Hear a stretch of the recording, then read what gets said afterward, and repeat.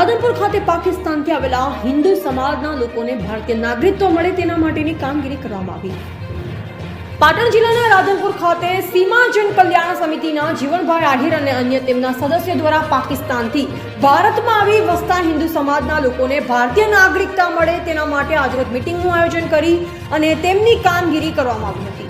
ભારતના વડાપ્રધાન શ્રી નરેન્દ્રભાઈ મોદી જે કાયદો લાવ્યા છે તે કાયદા અંતર્ગત પાકિસ્તાનથી આવેલા હિન્દુઓને ભારતીય નાગરિકત્વ મળી શકે તેના માટે આજરોજ રાધનપુરના જાણીતા વકીલોની ઉપસ્થિતિની અંદર પાકિસ્તાનથી આવેલા તમામ લોકોને હિન્દુ લોકોને સીમા કલ્યાણ સમિતિના જીવનભાઈ આહિર અને અન્ય લોકો ઉપસ્થિત રહી તેમના ડોક્યુમેન્ટની કામગીરી કરવામાં આવેલા નાગરિકોમાં ભારે ખુશીનો માહોલ સર્જાયો હતો। આ કાર્યક્રમમાં ઉપસ્થિત મહાનુભાવોમાં જીવનભાઈ આહિર, સીમા જાગરણ મંચ ગુજરાત પ્રાંત સંયોજક પ્રાંત ટીમમાંથી નવઘણ ઠાકોર, મલાભાઈ પાટણ જિલ્લા મહામંત્રી, મગનભાઈ સામાજિક અગ્રણી, સરતનભાઈ રબારી, બોરુ સામાજિક આગેવાન સહિત ઉપસ્થિત રહ્યા હતા। Ashok Prajapati, AGP news India. જે સરકાર દ્વારા જે કાયદો તમારા માટે જે લાવવામાં આવ્યો છે તેના વિશે તમે શું કહો છો?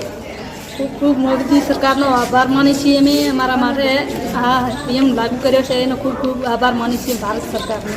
તમે આમ મૂળ ક્યાંથી કયા દેશમાંથી આવ્યા અને અત્યારે હાલ કયા દેશમાં છો? પાકિસ્તાનથી આવ્યા છીએ, અહીં રાધનપુરમાં રહી છીએ।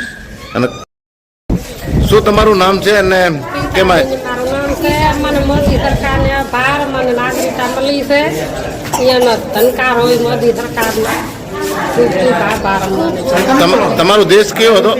કયા દેશમાંથી આવ્યા તમે? પાકિસ્તાનથી આવ્યા અત્યારે હાલ અહીંયા ક્યાં છો? હાલ અહીંયા ઇન્ડિયા?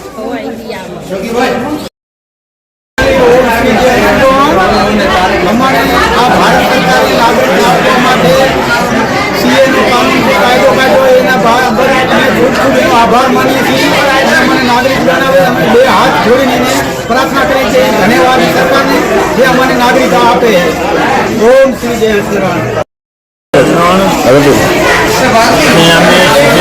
आज पधारा थी 2013 में पधारा से भारत सरकार ने निर्मल अम्बानी विनती है कि अमने सीएम मळ्यो અને સિટીઝનશીપ મળવાની છે અને મોટા મોટા